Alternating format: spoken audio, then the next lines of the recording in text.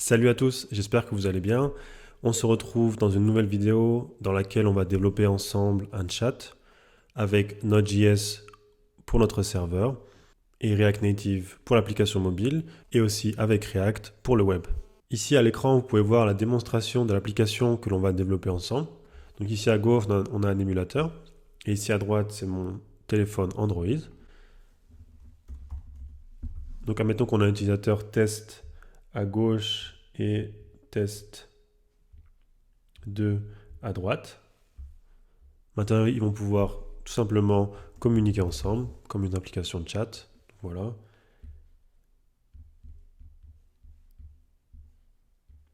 Et on va pouvoir répondre à droite, etc. À travers cette application, vous allez voir comment développer un serveur et comment utiliser Socket.io pour permettre de recevoir des informations en temps réel. Et aussi, on verra comment développer cette application avec React Native et ensuite avec React. Pour commencer, on se retrouve dans le terminal. Donc ici, on va créer directement un dossier grâce à mkdir. Donc, on va l'appeler par exemple chat app. Ensuite, on va pouvoir créer de nouveaux dossiers. Donc, on va l'appeler serveur. Ensuite, on aura le dossier mobile, ou plutôt on va laisser le dossier mobile, mais on va créer le dossier client. Et maintenant, on va pouvoir se rediriger dans serveur, puisqu'on va commencer par initialiser le serveur. Donc pour le moment, on a un dossier qui est vide.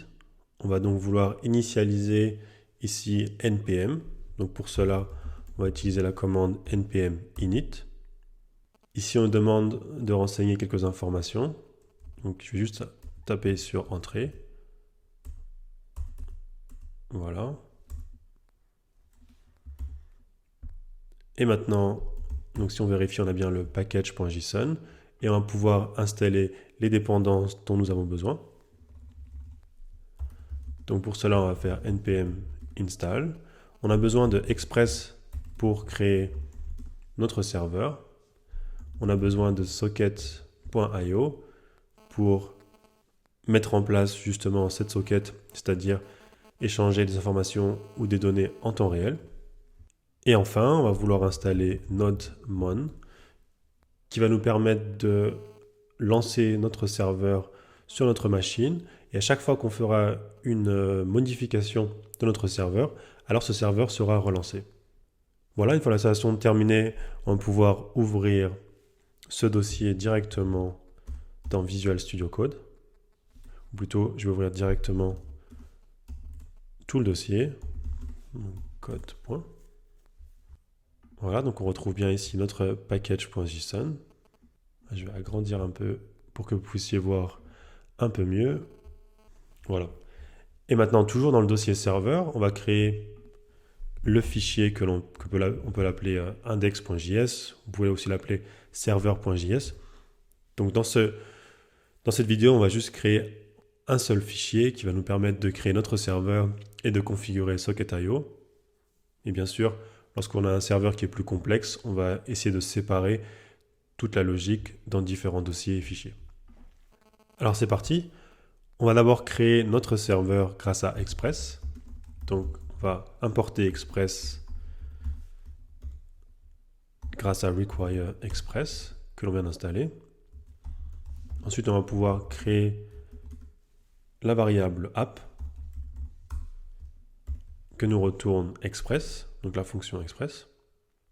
Et on aura aussi besoin de HTTP.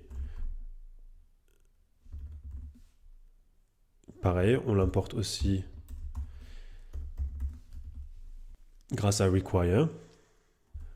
On aura aussi besoin de spécifier le port sur lequel on veut que notre serveur soit lancé. Donc ici, on va par exemple choisir 4000.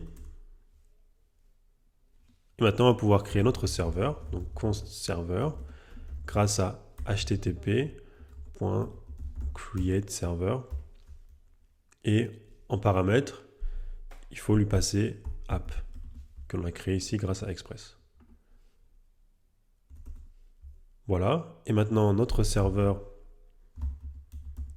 on veut qu'il écoute sur le port ici que l'on a précisé. Donc, comme vous voyez ici, on a la définition de cette fonction-là. Donc, en premier paramètre, on a le port. Et ensuite, on a une fonction callback qui va nous permettre d'écrire dans notre console que notre serveur a bien été lancé sur le port que l'on souhaite. En général, on peut écrire server is running on port et ensuite le port. Voilà. Maintenant, pour vérifier que tout fonctionne correctement, ce qu'on peut faire, c'est créer un premier endpoint qui va nous permettre de retourner du HTML et donc de tester notre serveur directement dans notre navigateur. Pour créer un endpoint, on va toujours utiliser app de Express. Ensuite, on va utiliser une méthode. Comme vous le savez déjà sûrement, il y a plusieurs façons de faire des requêtes à un serveur. On a la méthode get, on a aussi la méthode post, la méthode delete, etc., etc. Dans notre cas, on veut juste faire un get. Ici, le premier paramètre, ce sera le nom de l'endpoint. Donc, imaginez que, en fait, on va vouloir appeler localhost en 4000, puisque notre port, c'est bien 4000, slash quelque chose. Ici, on va laisser ça, on va juste mettre le slash, mais on pourrait par exemple écrire slash YouTube, et donc cette page, enfin ce endpoint ici serait appelé grâce à l'URL 4000 slash YouTube. Donc on va juste laisser ça, comme ça on sera juste au niveau de l'URL localhost 4000. Et enfin, on a ensuite un callback, et dans ce callback, comme vous pouvez le voir ici, on a deux paramètres, paramètre request et le paramètre response, qui vont nous permettre de gérer chaque requête. Par exemple, avec le paramètre requête, on aura accès à différents paramètres de la requête. Et grâce au paramètre response ici, qu'on a appelé res, on va pouvoir renvoyer grâce à la méthode send, ici directement du HTML. Donc par exemple,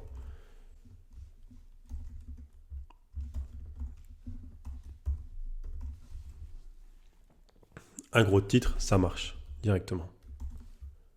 Voilà, maintenant que c'est en place, on va pouvoir lancer notre serveur. Et comme je l'expliquais précédemment, on va utiliser Node-Mon ici pour lancer notre serveur Node.js. On va directement se créer un script. Donc par exemple, on peut l'appeler start. Et on va appeler Node-Mon suivi de index.js, puisque c'est dans ce fichier-là qu'on a défini notre serveur. Voilà, on enregistre. Maintenant, on va pouvoir se diriger dans le terminal. Donc maintenant, on va pouvoir se rediriger dans le dossier serveur et lancer notre serveur grâce à npm start, puisqu'on vient appeler ici ce script. On peut voir ici, donc c'est bien notre script nodemon index.js. Et maintenant, on va pouvoir vérifier dans le navigateur si c'est correct. Donc voilà, j'ouvre ici un navigateur. On va pouvoir faire un localhost 4000. Et on a bien le résultat, ça marche. Donc notre serveur fonctionne bien correctement. Maintenant, deuxième étape, on va mettre en place Socket.io. Donc pour cela, on se redirige vers notre fichier index.js. Et ici, on va vouloir mettre en place Socket.io. Alors pour cela, on va déjà devoir importer serveur depuis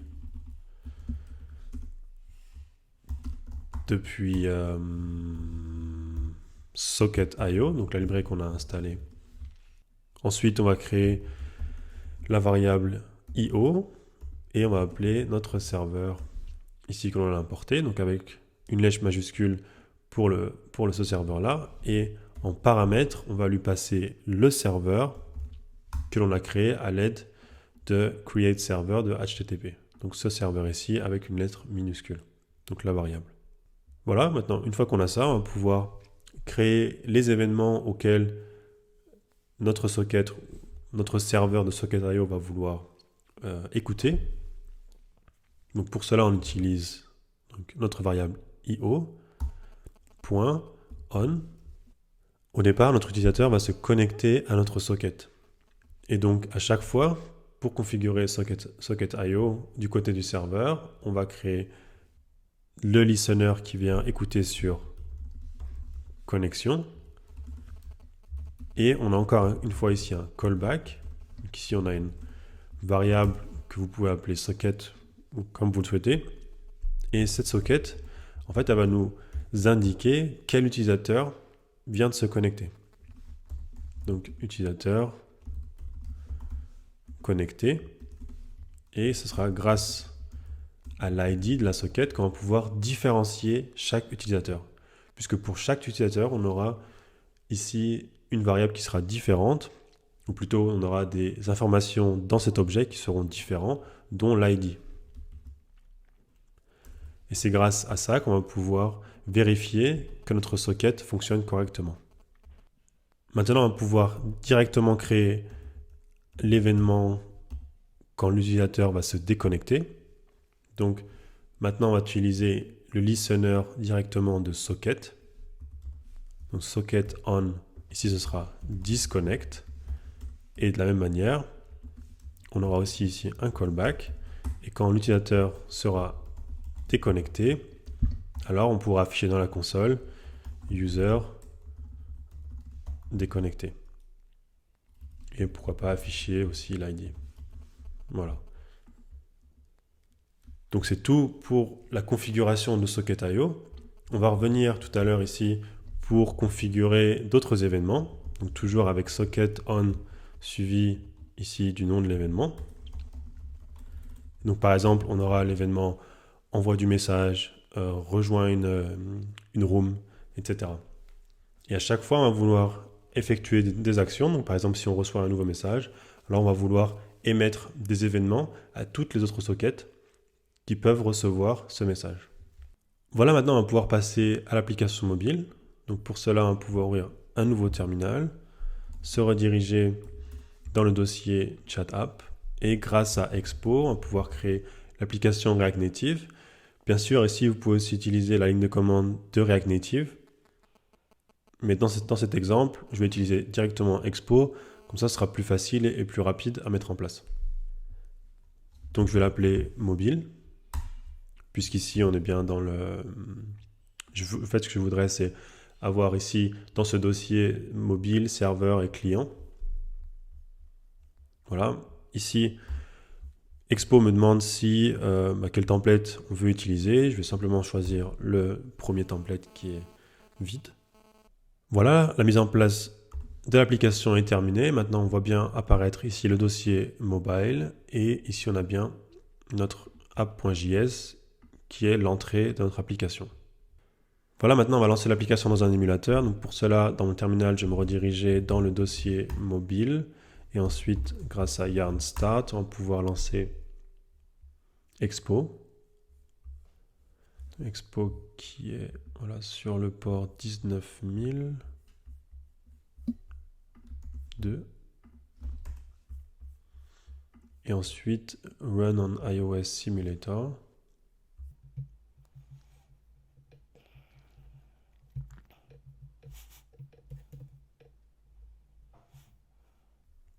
Donc ici, j'ai une erreur qui s'est affichée, mais si je recharge l'application dans Expo, ici on voit bien que le bundle est en train d'être compilé. Pour vous, si vous avez des problèmes, il faudra passer par l'application ExpoGo et ensuite essayer de rouvrir sur iOS Simulator. Sinon, vous pouvez aussi télécharger l'application ExpoGo sur votre téléphone et ensuite scanner ici le QR code qui va vous permettre d'ouvrir l'application. Donc voilà, ici on a bien l'application qui s'est lancée avec ici notre composant app.js.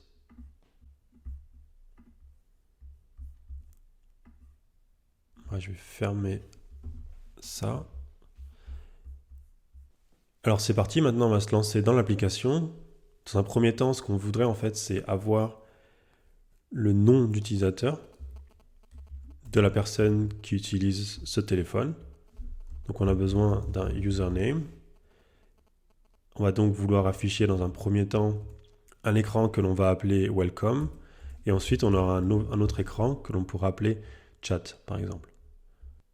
Dans notre cas ici, on ne va pas utiliser Redux ou de contexte, etc. On va juste utiliser ici app pour stocker certaines données.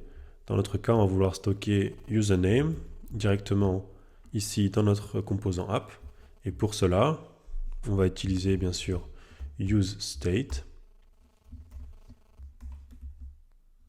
Donc au départ, username sera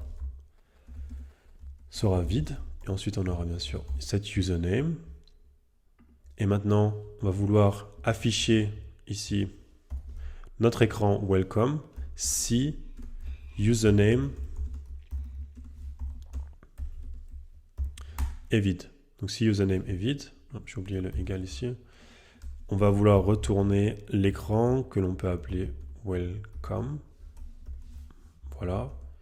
Et on va lui passer la fonction set username, ou plutôt, on va pas lui passer la fonction set username, on va vouloir, grâce à cet écran welcome, on va vouloir enregistrer le nom d'utilisateur en utilisant set username. Et au lieu de passer directement set username, on va plutôt créer une fonction que l'on peut appeler par exemple save username, voilà, qui va prendre en paramètre le nom de l'utilisateur, et ensuite on aura set username du nom qui est passé en paramètre. Voilà, et on va donc passer cette fonction save username.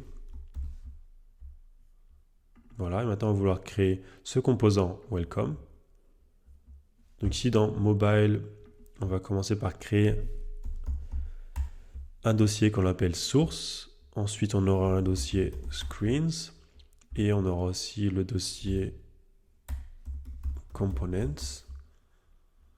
Voilà. Et dans ce dossier screens, on va créer welcome.js qui sera notre écran d'accueil. Avec ici passé en propriété, on aura save username que l'on passe ici en propriété, en tant que props.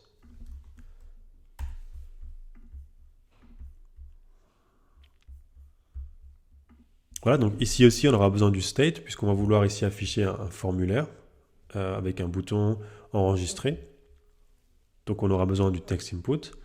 Et pour garder en mémoire ce que l'utilisateur a tapé, on va bien sûr utiliser encore une fois le state grâce au hook useState. Donc on peut l'appeler aussi username.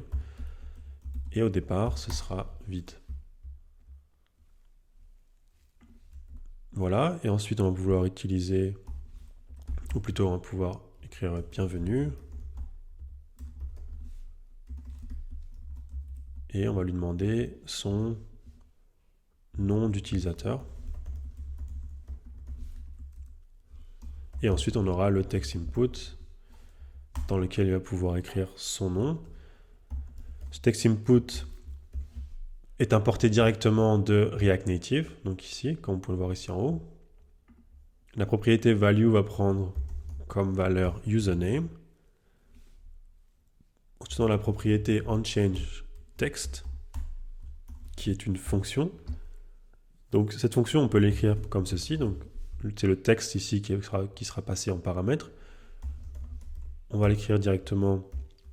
On va pouvoir s'en servir pour mettre à jour username grâce à set username. Mais on peut l'écrire directement ici, sans la arrow function, directement avec set username, puisque ça revient exactement au même. Voilà.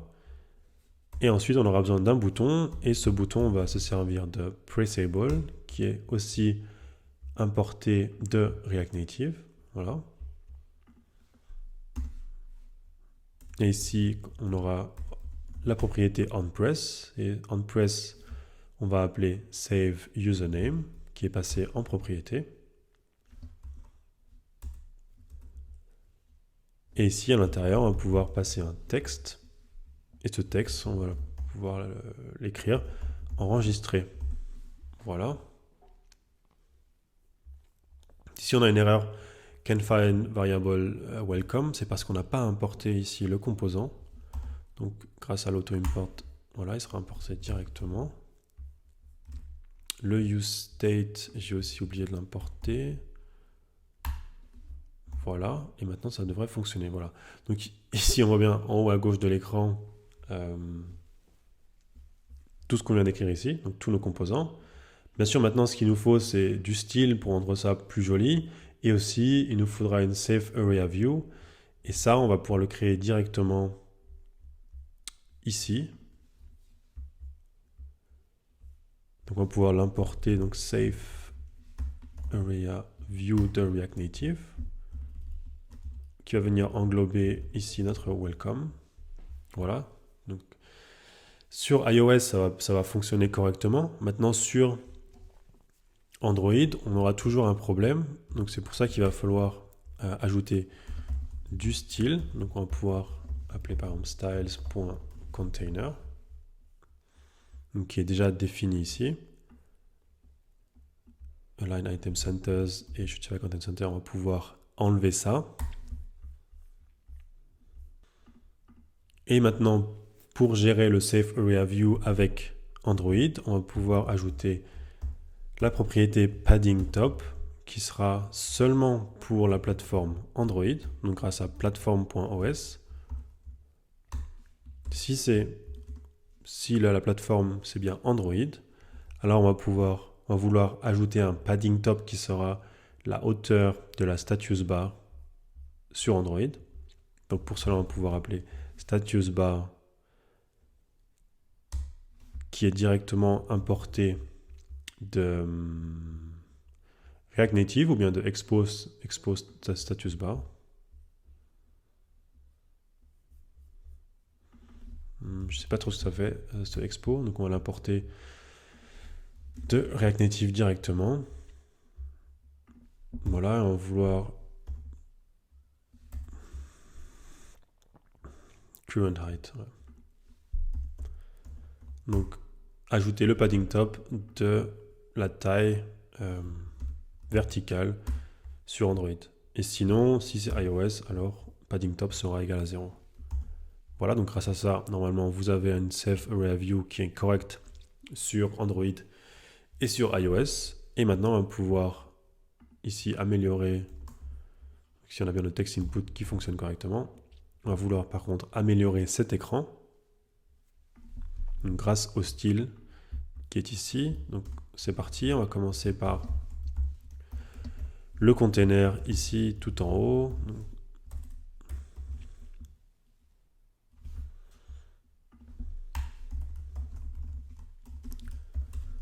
Donc on aura flex 1 pour prendre tout l'écran. Ensuite on va vouloir positionner tout ça au centre. Et aussi align items au centre. Voilà, donc on a bien tout ça au centre. Maintenant, ici le titre, donc on va pouvoir l'appeler title. On va essayer de le rendre plus gros et plus visible. Donc font size, on peut lui mettre par exemple 20. Font weight en gras. Voilà, pourquoi pas 30. Et une margin bottom de 20.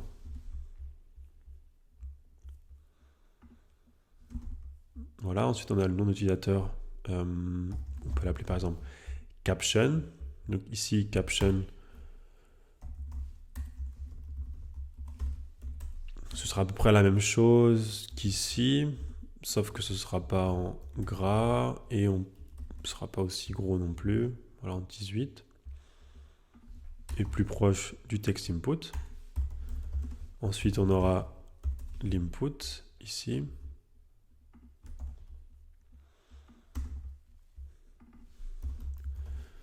Donc ce text input, pour l'instant, il n'est pas visible. Donc on va vouloir lui ajouter des bordures. Donc grâce à border width, on peut lui mettre 1 et une border color en gris par exemple. Et on peut aussi lui mettre une margin bottom de 20 pour le séparer du bouton. Voilà, c'est pas très gros. On va pouvoir lui ajouter height de 40. Et aussi, on va arrondir les angles grâce à border radius en 5. Et on va ajouter aussi un padding horizontal de 10. Voilà, c'est quand même plus joli comme ça. Et pourquoi pas aussi lui mettre une width qui sera fixe. On va essayer avec 100, 150. Et on va mettre aussi text align center pour pouvoir venir centrer le nom. Voilà, donc ça ressemble déjà à quelque chose. Et maintenant, le bouton. Donc il y a notre pressable ici. Voilà, button. Et donc lui, on peut lui mettre par exemple un background color en blue. Border radius, on va aussi le mettre, on va aussi l'arrondir en 10. Color en white. Non, il faudra le mettre sur le texte. Donc je vais l'appeler PTN Caption. Donc PTN Caption, on va lui passer le white et on va lui passer aussi font weight en bold et on va agrandir la taille pour que ce soit plus lisible. On peut lui mettre en 16. Voilà, et on va utiliser aussi du padding horizontal pour le bouton et du padding vertical aussi de 10. Et voilà. Donc on a bien notre premier écran qui va nous permettre d'enregistrer le nom de l'utilisateur. Donc on va vérifier que ça fonctionne correctement. Pour cela, on se redirige dans le composant app. Donc si le nom d'utilisateur est vide, alors on affiche welcome. Sinon, on va afficher ici le texte qui apparaissait au début. Donc on enregistre. Et on a bien le texte ici qui apparaît tout en haut, puisqu'on a changé ici les conditions, ou plutôt le composant. Donc c'est plus view, mais c'est save area view. Voilà, et on a bien ce composant ici qui s'affiche, puisque le username est... on peut même l'afficher en fait.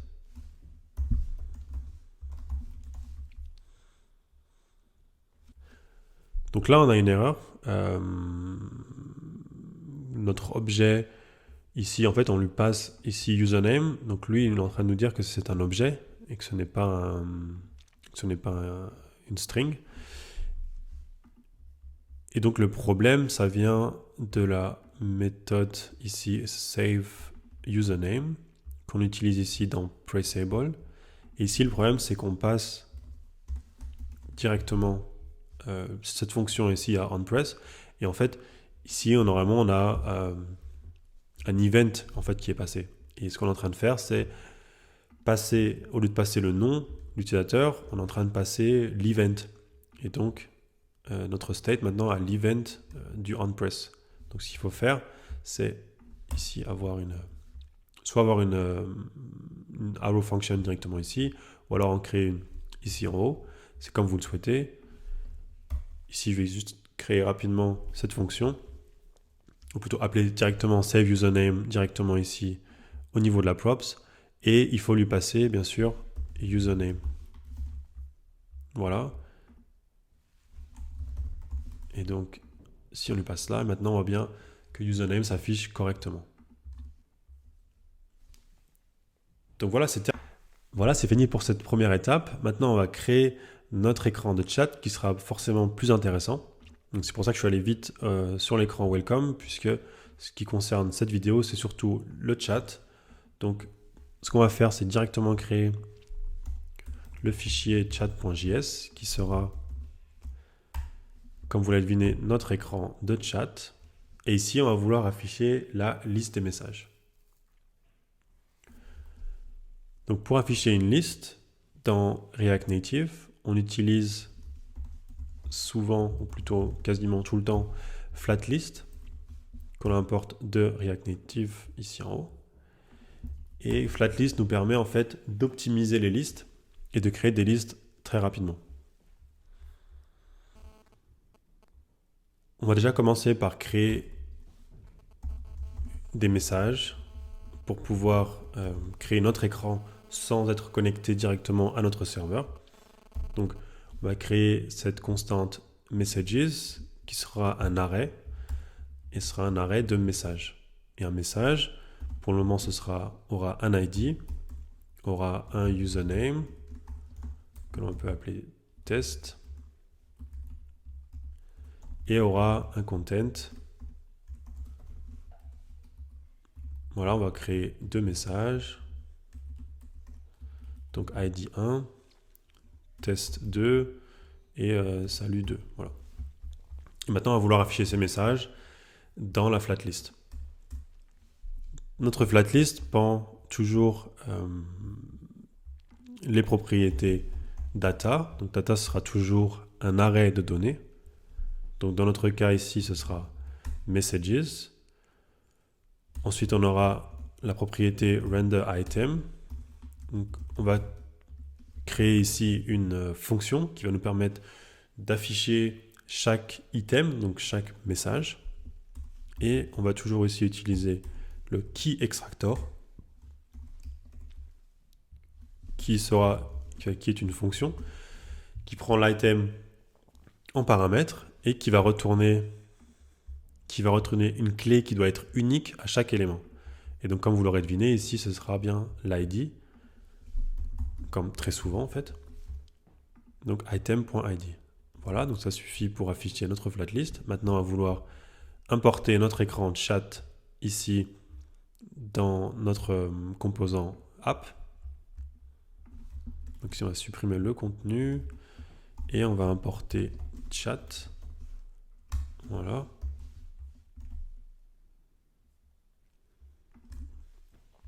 Bien sûr, j'ai oublié de créer la fonction renderItem.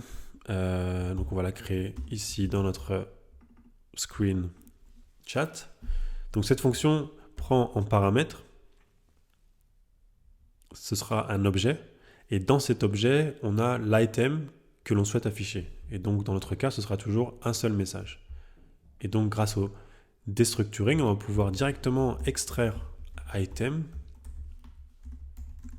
de notre paramètre et maintenant on va pouvoir afficher quelque chose.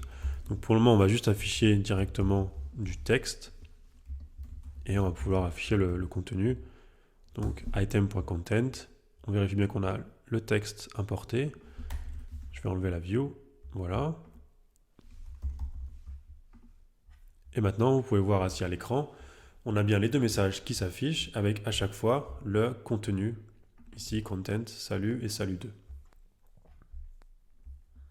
Donc maintenant, ce qu'on va vouloir faire, c'est créer un composant qui va nous permettre d'afficher nos messages, comme sur WhatsApp par exemple, avec ici à gauche les messages que l'on reçoit et ici à droite les messages que l'on envoie, avec la bulle avec le contenu du message et juste en dessous le nom de la personne qui a envoyé ce message. Donc c'est parti, on va vouloir créer dans Components le fichier message, donc .js.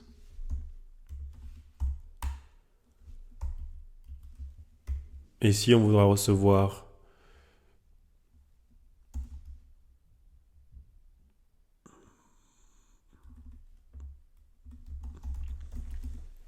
le message que l'on souhaite afficher, qui aura bien sûr le contenu et le nom d'utilisateur.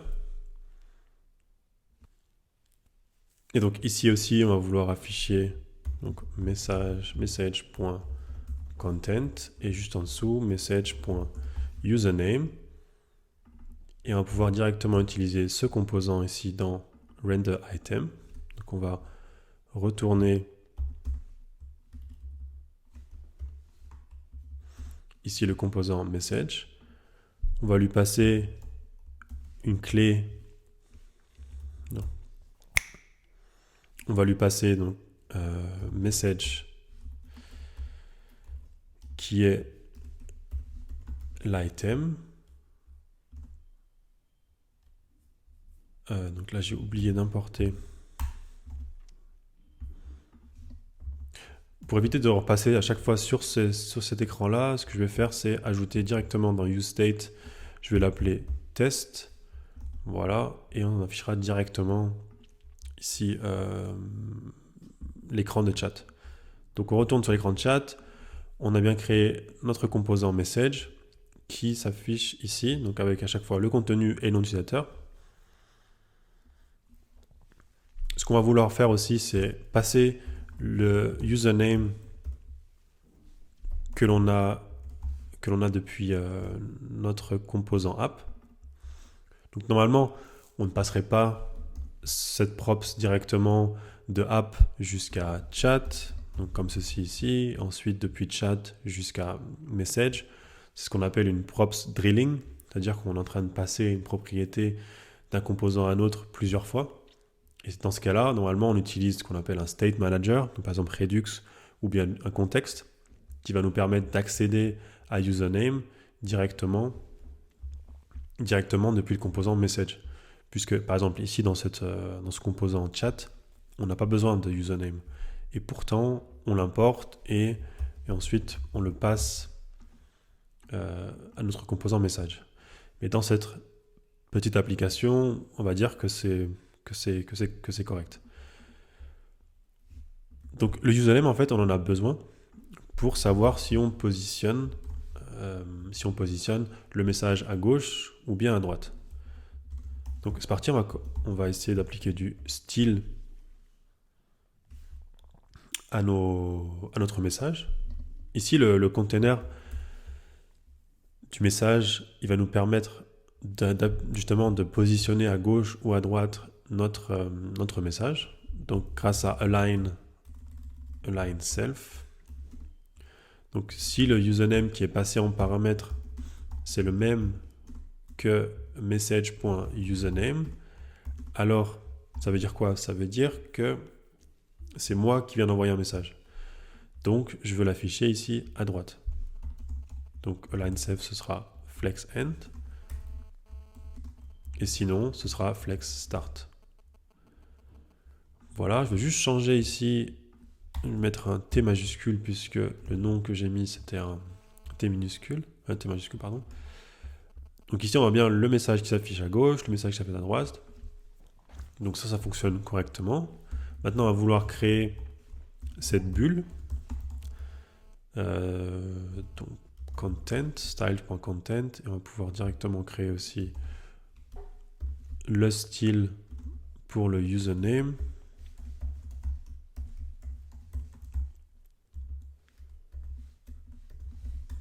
Voilà.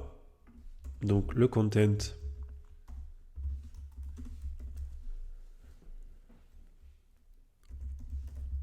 on aura un background color qui sera en fait dépendant de l'utilisateur. Donc si c'est moi qui ai envoyé un message, donc encore une fois,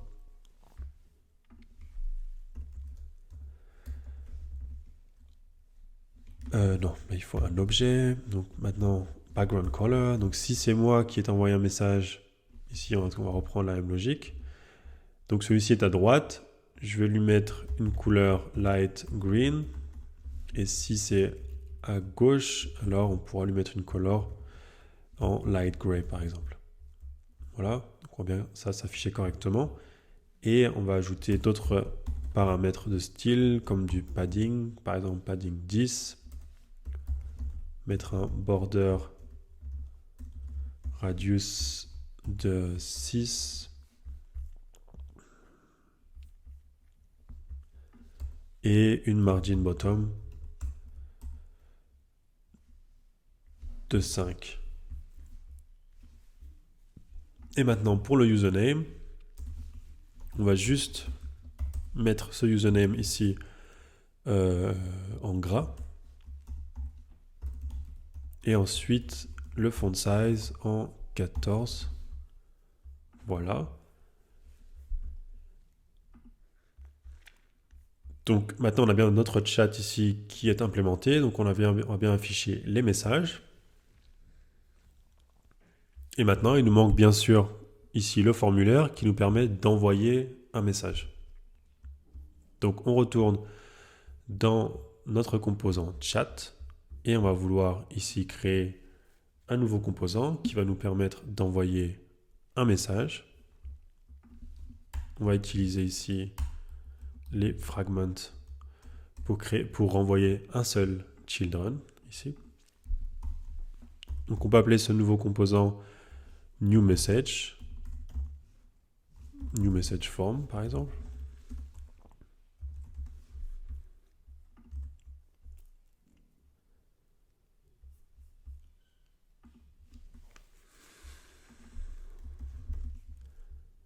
Et dans components, on va créer ce composant new message form.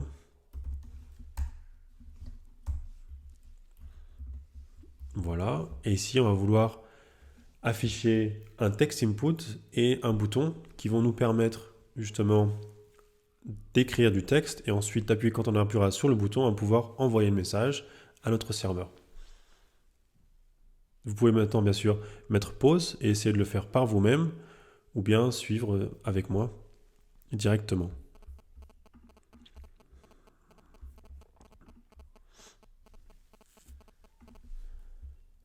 Il nous faut donc un text input qu'on importe de React Native.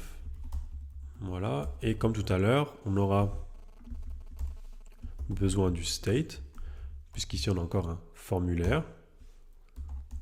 On peut l'appeler message ou bien content, si on garde les mêmes appellations que notre message. Donc au début, il sera vide. Voilà. Donc, comme tout à l'heure, on a la propriété value qui sera égale à content. Ensuite, on aura onChange text qui sera égal à set content. Et on peut aussi autoriser le multiline. Donc ici, on a une erreur parce que on n'a pas importé le composant dans le composant chat. Voilà, ici il manque aussi le useState. Voilà. Et on va aussi avoir besoin d'un pressable, comme tout à l'heure. On peut le désactiver grâce à la propriété disabled. On va le désactiver si le contenu est vide. Et ensuite, on aura onPress. Et cette fois, on va créer la fonction onSend. Et ici, à l'intérieur, on va pouvoir lui mettre un texte, par exemple envoyer. Et on va devoir créer la fonction onSend. Voilà. Et on verra tout à l'heure comment est-ce qu'on fait pour l'envoyer à notre serveur. Donc ici en bas de l'écran, vous voyez bien le pressable envoyé qu'on vient de créer, qui est maintenant désactivé puisque le contenu est vide. Et ici, on a bien notre text input. Donc maintenant, par contre, il va falloir appliquer du style. Voilà, pour que ce soit un peu plus joli quand même. Donc on va commencer comme d'habitude par le container.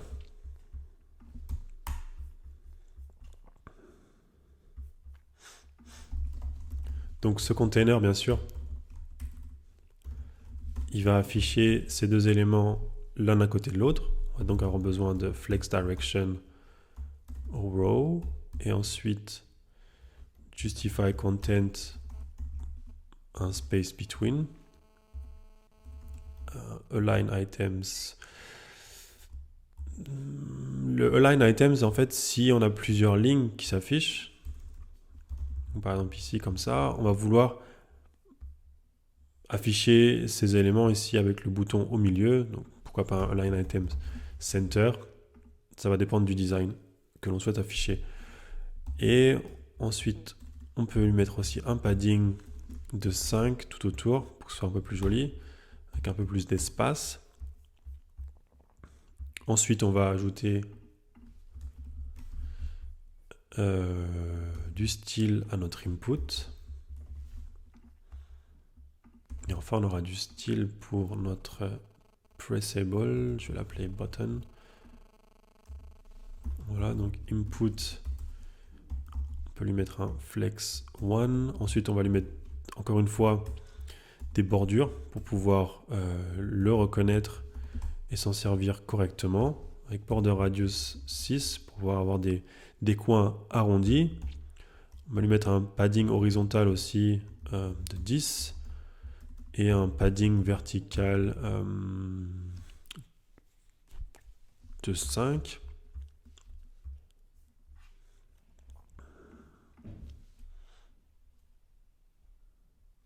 Voilà, donc si on enregistre maintenant, on a bien ici la grande case parce qu'on a un multiligne.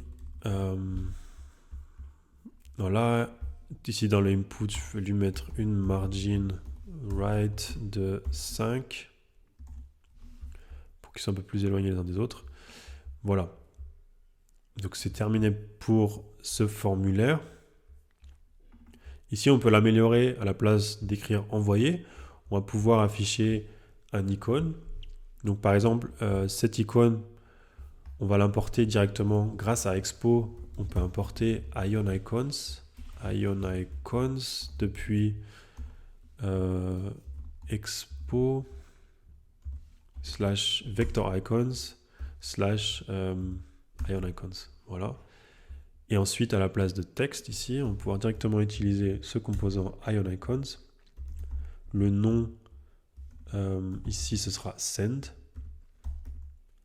La taille, on peut lui mettre par exemple une taille de 24. Closing tags. Et voilà. Donc ici, on a bien notre icône qui s'affiche. Et maintenant, par contre, on a perdu le disable, c'est-à-dire que c'est plus en light gray. Ça, on peut le faire de nous-mêmes grâce à la propriété color. Donc, si le contenu est vide, alors on peut avoir une couleur en light gray, par exemple. Et sinon, ce sera black. Voilà, donc si on écrit dedans, on a bien l'icône qui apparaît en noir. Voilà, pour la mise en place de tout ça, dernier ajustement que l'on doit effectuer. Donc, ici, si on affiche le clavier, ici au niveau du simulateur, grâce à Command K, ici vous voyez bien qu'il y a un problème puisque notre input, en fait, il est caché. Il est caché parce qu'il reste ici en bas de l'écran. Et pour cela, dans notre composant chat, on va utiliser un composant de React Native qui s'appelle Keyboard Avoiding View. Et c'est ce Keyboard Avoiding View qui va nous permettre de gérer justement ce cas-là. Et toute la vue, en fait, va se déplacer vers le haut. Donc, en fait, la vue va se déplacer ici verticalement pour pouvoir faire de la place au clavier et pour que notre formulaire s'affiche ici, juste ici.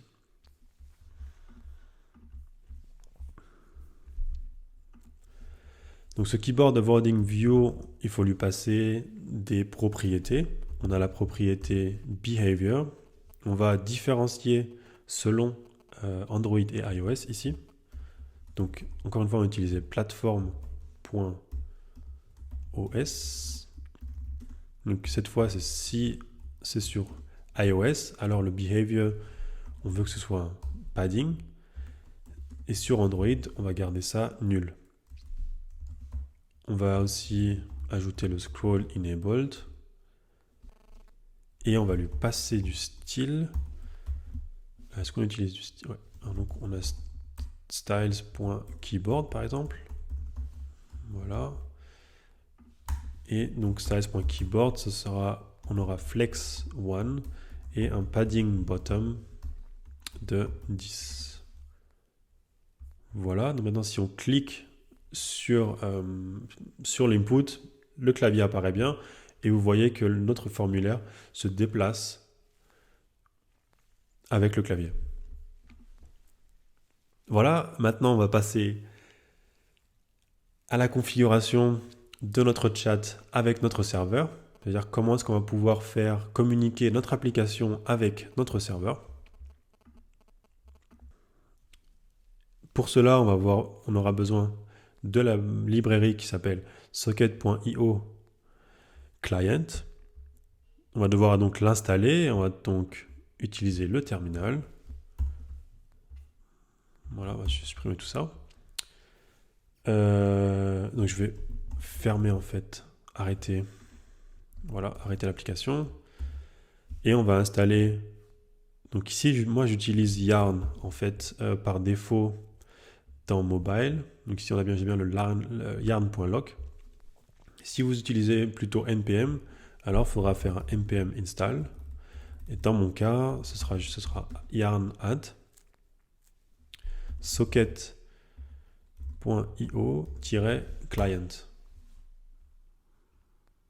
Voilà, une fois que c'est fait, on va pouvoir relancer notre application grâce à yarn start. Et ici, command D et à faire un reload.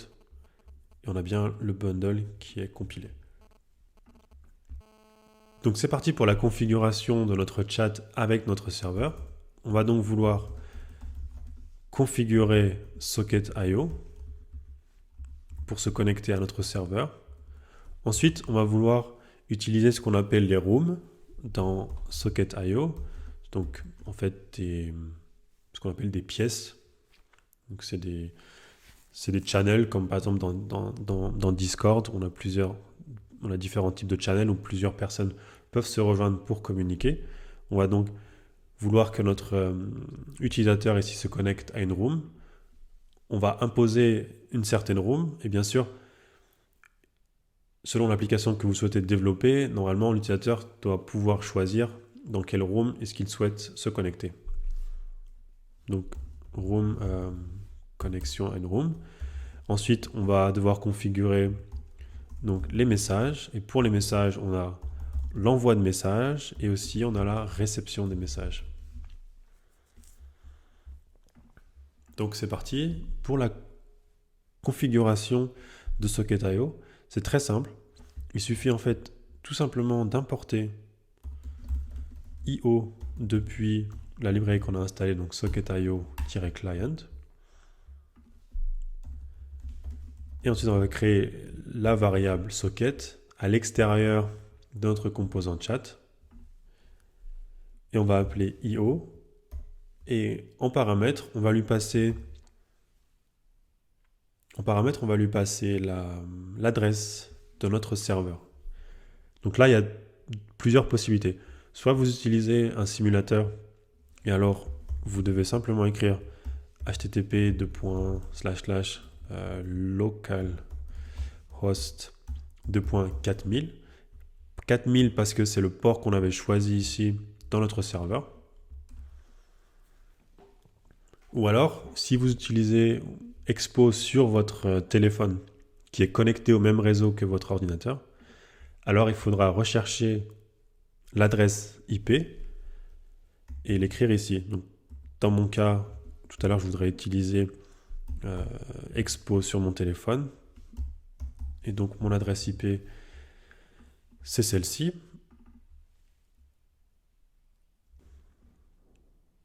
Toujours avec le port 4000.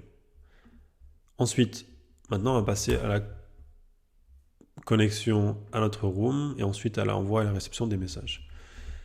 Donc, ici, on va ouvrir le chat. Donc, l'utilisateur arrive, l'utilisateur va rentrer son nom d'utilisateur et ensuite, il va atterrir ici sur l'écran de chat. Et ce qu'on veut faire, c'est configurer, lorsque l'utilisateur arrive, sur l'écran, on veut configurer justement cette connexion avec notre serveur. C'est ce qu'on appelle, ou plutôt c'est ce qu'on appelait auparavant dans une classe le component didMount. Et maintenant, on utilise des hooks pour cela. Et bien sûr, je pense que vous l'avez deviné, le hook qu'on va utiliser, c'est useEffect. Ce sera useEffect, donc avec le premier paramètre, la fonction. Et en deuxième paramètre, ce sera un array qui est vide, puisqu'on veut appeler seulement une seule fois ce useEffect pour pouvoir configurer notre chat.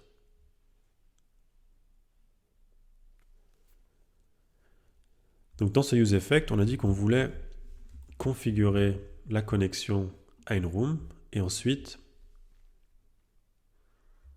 configurer les messages. Mais tout d'abord, on va enregistrer ici, on va rafraîchir l'application et si on ouvre le terminal, voilà, ici vous pouvez voir que l'utilisateur s'est bien connecté. Donc on a bien, donc si vous vous rappelez dans le serveur, ici on avait mis un console log user est connecté avec l'ID du user. Et c'est bien ce qui se passe ici. Donc on a bien le user connected. Donc, si j'efface ici et que je recharge l'application encore une fois, on a bien user connecté qui apparaît.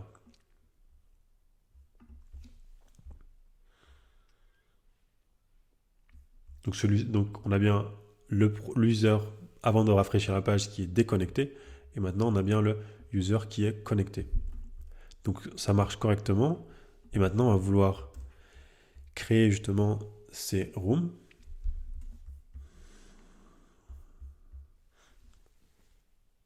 En fait, Socket.io fonctionne toujours avec des événements. Donc d'un côté, on émet un événement et d'un côté, on reçoit un événement. Donc on a toujours ces méthodes emit et on. Donc emit, ça va permettre d'émettre des événements et on, ça va nous permettre de réagir à des événements. Donc dans le cas de la connexion à une room, ce qu'on veut, c'est émettre un événement et dire « Ok, j'aimerais me connecter à telle room ».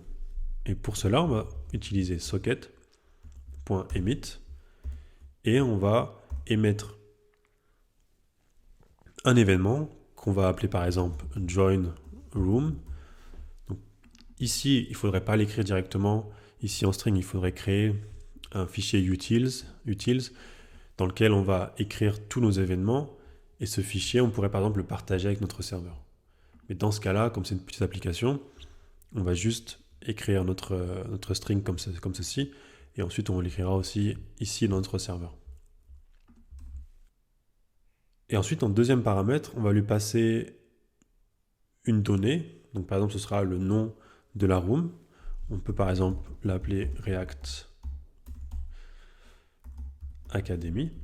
Et donc ce sera bien, donc notre utilisateur ou tous les utilisateurs qui vont utiliser cette application-là rejoindront la room React Academy.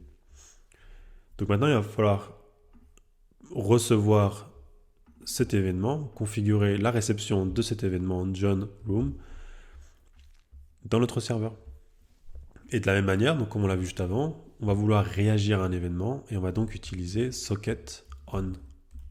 Donc socket on join room. En deuxième paramètre, on a un callback.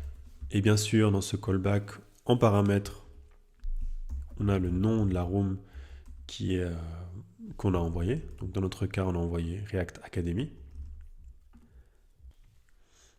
Et maintenant, ce qu'on veut, c'est que notre socket qui est en fait notre utilisateur, on veut qu'il rejoigne ici la room qui a été définie, qui est envoyée en paramètre. Donc tout simplement avec la méthode join.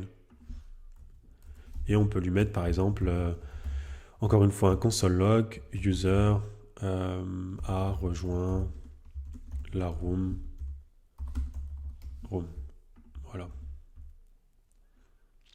Et ici maintenant, dans notre console log, on voit bien user a rejoint la room React Academy. Voilà. Et maintenant, il reste une dernière chose, c'est le plus important bien sûr, c'est de gérer les messages. Donc l'envoi et la réception. Je vous conseille de mettre pause et essayer maintenant avec toutes vos connaissances, essayer de mettre en place justement cet envoi de messages et la réception des messages. Comment est-ce que vous feriez pour pouvoir afficher les messages reçus et envoyer un message directement ici à notre socket? C'est pas grave, même si vous n'arrivez pas à faire fonctionner ça correctement, au moins vous aurez essayé de comprendre et vous comprendrez beaucoup mieux la solution que je vais vous proposer maintenant. Donc, on va commencer par la réception des messages.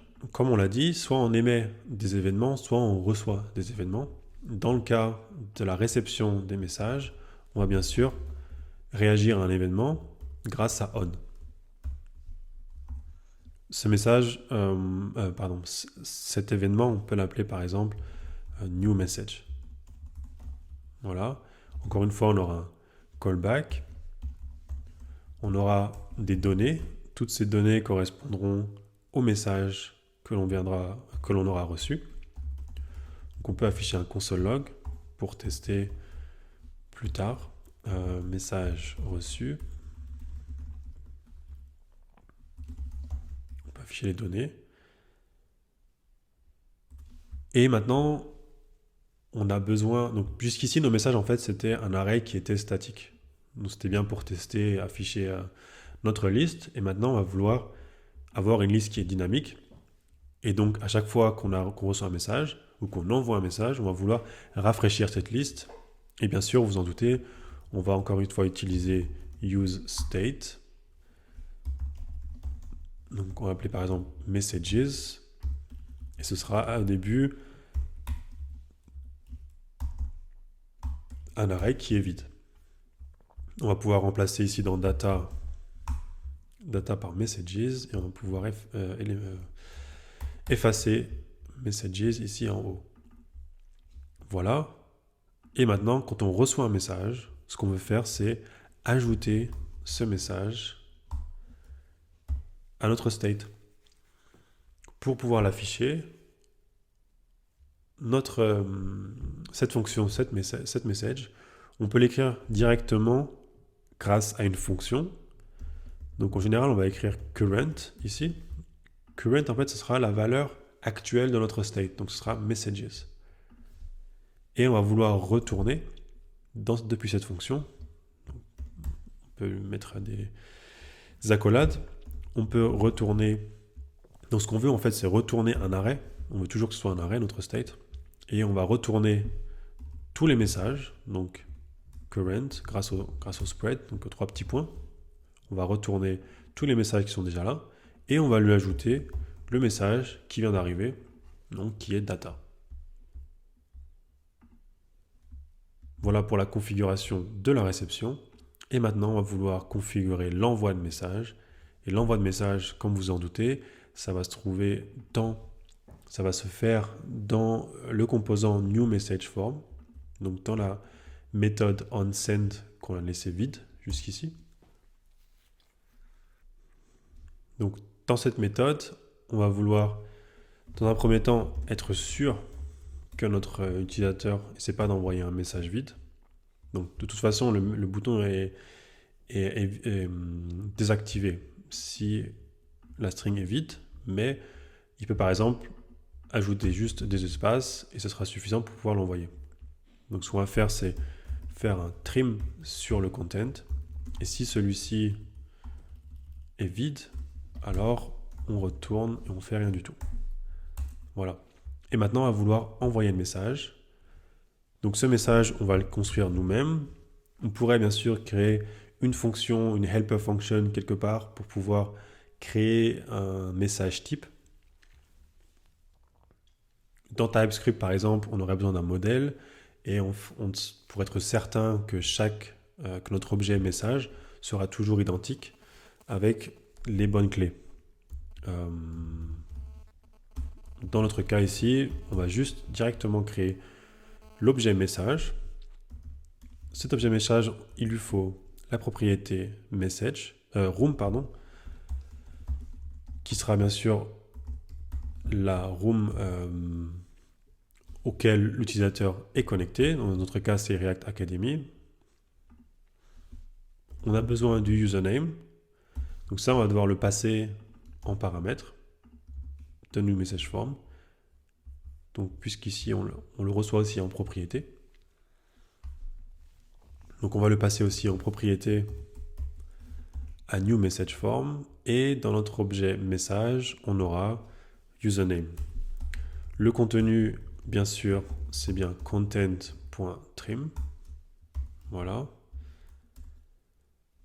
Et on peut aussi l'ajouter la date ou le time, en fait, pour afficher, par exemple, si on veut afficher l'heure, etc. Et par exemple, newDate.time get time, ça nous permet d'avoir un timestamp et on pourra s'en servir si on le souhaite, afficher l'heure. Voilà, maintenant une fois qu'on a notre message, on va vouloir envoyer, grâce à Socket.io, on va vouloir envoyer ce message à notre serveur qui va ensuite le dispatcher à toutes les personnes qui sont connectées dans notre room React Academy. Et donc, vous en doutez, on va encore une fois utiliser Socket. Donc ici, je reviens dans le composant chat, donc, où on a défini tout en haut Socket, et j'aimerais passer ici.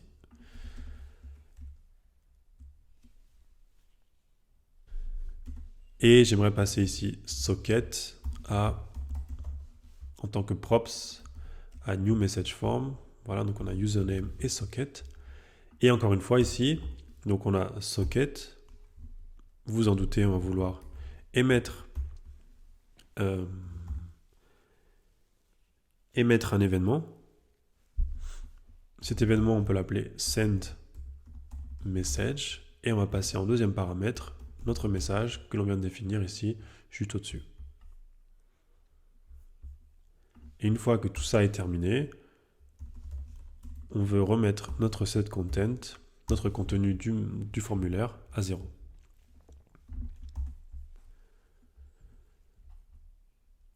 Voilà, et maintenant ce qu'on veut faire c'est modifier notre serveur pour pouvoir réagir à send message. Donc on se retrouve encore une fois dans index.js dans notre serveur. Et vous en doutez, on va encore réagir grâce à socket.on à send message. Ici aussi, on aura une data, donc ce qui correspond en fait à notre message. Pourquoi pas l'appeler directement message en fait.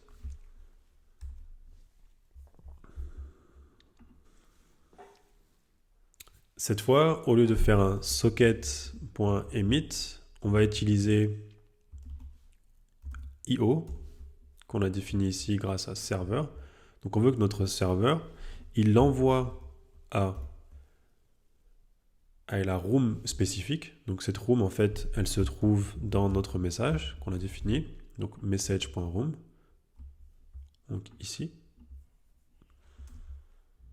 On veut que notre message soit envoyé seulement à cette room. Et pour cela, on va devoir émettre un nouvel événement. Et ce nouvel événement, comme on l'a créé juste avant dans notre composant de chat, il s'appelle new message. Donc emit new message. Et bien sûr, on va envoyer le message. Donc on pourrait écrire directement message. Mais notre message, il lui faut un ID en fait. Donc il y a un problème. Donc soit on écrit l'ID directement ici grâce à newDateCaseTime par exemple.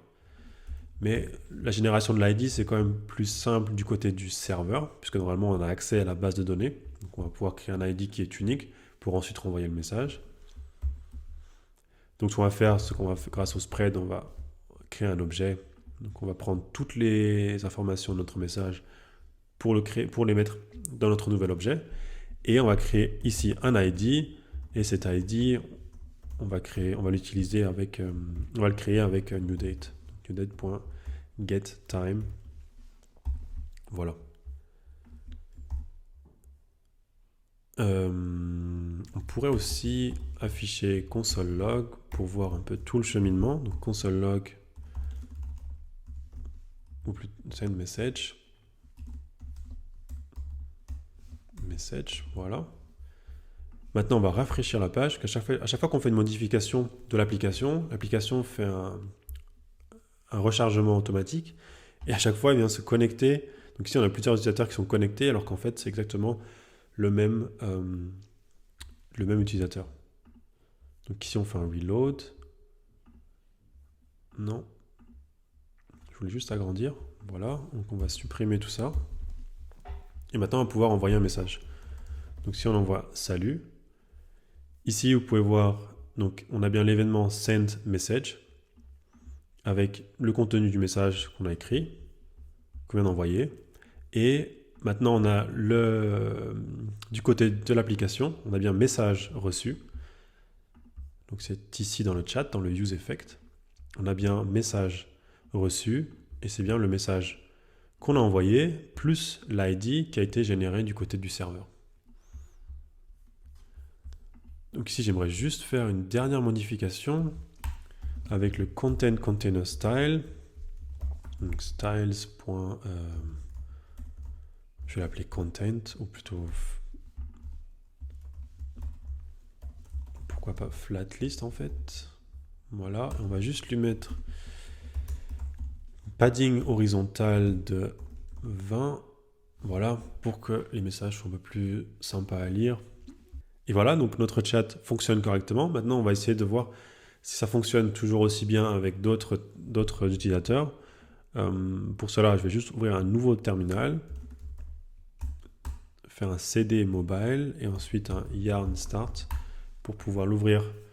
Donc là, il me demande en fait si je veux utiliser un autre port puisque le port 19000 est déjà utilisé par ce simulateur ici. Donc on va juste mettre yes. Et maintenant sur mon téléphone Android, je vais ouvrir l'application ExpoGo et ensuite scan QR code. Et je vais venir scanner ici ce QR code. Et ensuite, je vais rafraîchir l'application puisque j'étais déjà en fait, j'avais déjà créé l'application.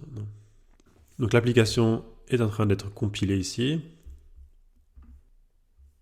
L'application s'est bien lancée ici à gauche, donc sur mon téléphone.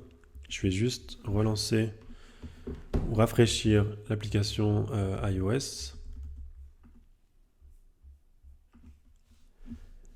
Et maintenant, on va pouvoir communiquer. Ah oui, maintenant, dans le problème, maintenant, j'ai oublié en fait. Le problème, c'est qu'on s'appelle tous test maintenant. Donc dans app.js, on va pouvoir enlever ici le username test. Voilà, et on va bien atterrir tous au niveau de la page.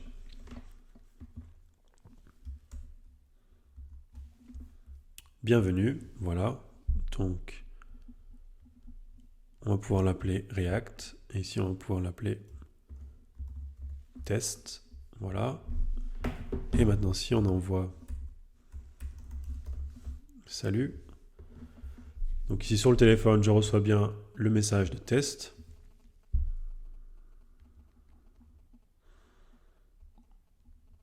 Et ici à gauche, on a bien aussi. Donc chacun reçoit les messages de l'autre. Du bon côté, ici bien sûr, on pourrait aussi ne pas écrire notre propre username puisqu'on le connaît. Donc là, il faudrait faire une amélioration du composant message. Pour créer notre application React, on va utiliser la commande en ligne npx create-react-app @latest, donc tout attaché, pour avoir la dernière version de Create React App. Et on va l'appeler client. Une fois l'installation terminée, on va pouvoir se rediriger dans le dossier client ici. Dans le dossier package.json, on peut vérifier que React a bien été installé. Ici, c'est la version 18. Pour pouvoir lancer notre application, on va utiliser ici. D'abord, je vais me rediriger dans le dossier client et on va lancer donc npm start. Voilà. Dans le dossier source, ici, on a le composant app.js. C'est le composant que l'on verra à l'écran. Ici, je vais accepter. Voilà. Voilà. Donc l'application s'est bien lancée sur le port 3001. Ce que vous voyez à l'écran ici correspond au composant app.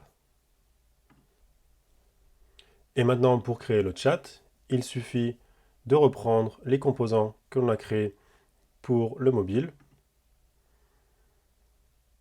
Mais bien sûr, il faudra les transposer, puisque les composants de React Native comme Flatlist, Text, View, etc.